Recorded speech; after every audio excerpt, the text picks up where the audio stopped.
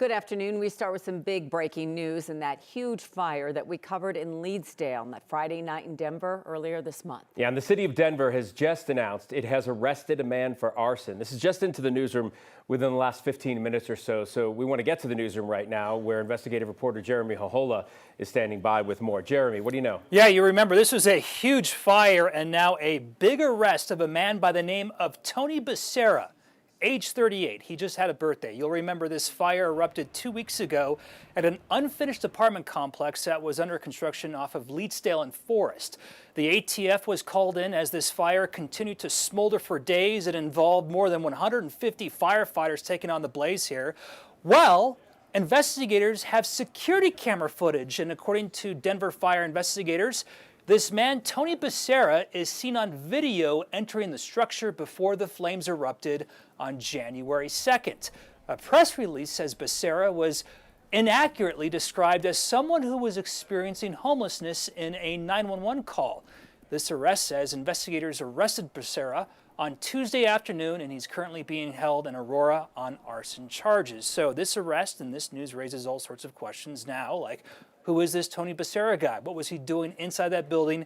We are working now to find out more, but certainly a big development in this big fire. We're going to keep working it and see if we have more information at 5 o'clock. Yeah, much more to come in the evening, all evening long on that arrest. It was in quick period of time. Thanks, Jeremy. 600 people have complained to the state of Colorado about diesel fuel in regular gas at more than 4 dozen gas stations across the state. The state announced that as they released a new list of gas stations that got this contaminated fuel last week. 9 News consumer investigator Steve Steger broke this story, has been compiling his own list, and has been keeping that list and telling you so that you would know which gas stations had this problem. Steve, is this list complete?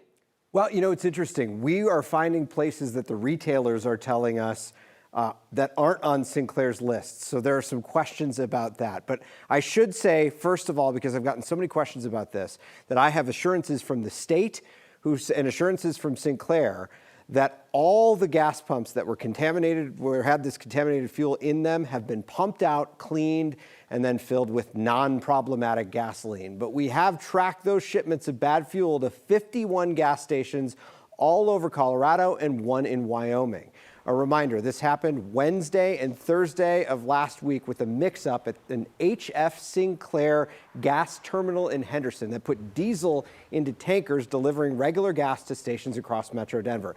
This morning, the state released a list of affected gas stations Sinclair sent to them, and state regulators say the investigation into how this all happened at that terminal could take another 2 to 3 weeks. In the meantime, the state and Sinclair both say anyone with car damage from this contaminated fuel should go back to the gas station where they bought the fuel. Claims start at the gas station, and typically that's handled by the gas station's insurance company, who would then typically subrogate up to Sinclair, who will ultimately pay for all of it effectively. And we have had statements from them that they're committed to making sure that consumers are made whole. So this is the map that we've put together. You can find it on 9news.com. It has stations all across the metro area, up in Cheyenne, Wyoming. But the one interesting one that we added today, a Sinclair station in Breckenridge, added to this list. So it just keeps kind of spreading out wider and wider. We also have a Costco station down in Colorado Springs. The reason we are pushing this out to you is so that you know where these locations are. So if you had diesel in your engine, you know where to go to file a claim, because we're hearing about arguments with gas station owners about whether or not there was contaminated fuel at that time. So text the word gas to 303-871-1491. We will send you a link to this article with the map and a contact form where you could tell us your story in case we need to look into it. I'm Steve Steger. Steve on your side, 9 News. See, that's a lot of information. It's a lot of points on the map behind you, but I think the key right now is that you've gotten assurances that all this gas has been pumped out. Yeah, that's the big thing, because people keep asking me, is it safe to fill up now? The state says that Sinclair has told them that all of these pumps have been remediated, which means they bring in someone to pump out the bad gas. They take it back to the Sinclair terminal because they're going to work on it and try to make it usable again. And then they clean out all of those pumps, replace any filters so there's no residue left behind from any of the diesel fuel, because we all know how dangerous that can be for an engine.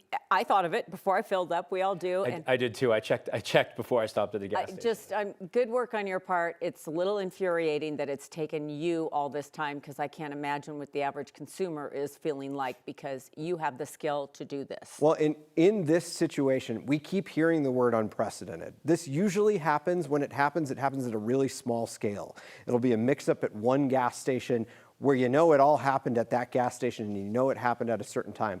This has never happened in the 18 years that Zach Hope says that he's been with the state in that division, in that role.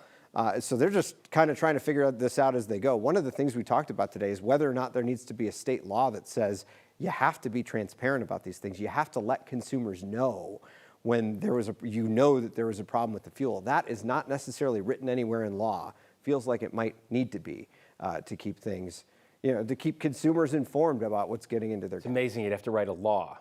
Well, legislature's back in session. But you never know. I mean, you never know. Again, it's never happened before, Right? but seems First like time you for need a everything. law. Yeah. All right, Steve, thanks so much. Another warm day outside today. If anyone who's missing that true winter feel, well, be patient, because the temps are going to be cooling down this weekend. I don't know, Kathy, it felt warmer to me today, That's maybe so nice. because there was no wind. Ooh, possibly. I don't know. I'm so thankful for Steve Steger. I was so nervous to fill up my gas tank today. I'm just so happy he's on it, getting us the information. We've got that map constantly updated, because I know a lot of people are kind of on edge about having so much car damage from that. And Kim, you know what? It was above average by about 10 degrees, but in the low 50s today. We had all of that cloud cover early on, and it was kind of a cool and gloomy day in northeastern Colorado, but the clouds have scoured out and we've warmed up nicely. And the average temperature is about 45, and here we are sitting at 56 in downtown Denver, 53 at DIA, and we're watching the wind closely because the wind is forecast to increase out of the northwest. Fire weather warnings going out for northeastern Colorado tomorrow as we have a second front approaching. This first one brought those rain and snow showers earlier today, and now the whole system is tracking off to the east. You can see the high is located right here. The flow around it is clockwise, because look at the moisture comes in, goes right over the top of the ridge, and you can see the clouds coming down. We just cannot get any moisture underneath that ridge. So a quiet evening, fair skies and 50s now, dropping into the mid 40s by 9 o'clock. Weather headlines are going to include a windy, warm Thursday with fire weather warnings, but a Friday cold front that has some Arctic air. Will that Arctic air be a factor for the Broncos game on Saturday? I'll have that forecast in just a bit.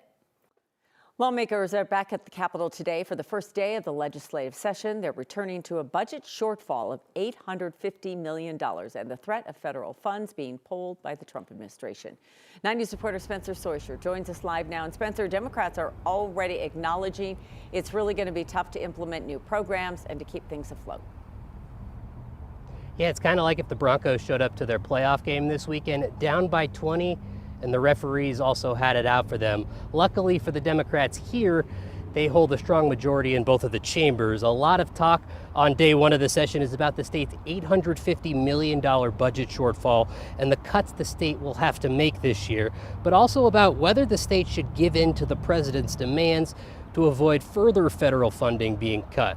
Republican lawmakers I spoke with today were split on whether the president is retaliating against Colorado and if perhaps freeing Tina Peters would lift some of the target on the state's back. Another told me that the budget issues will force Democrats to prioritize their spending.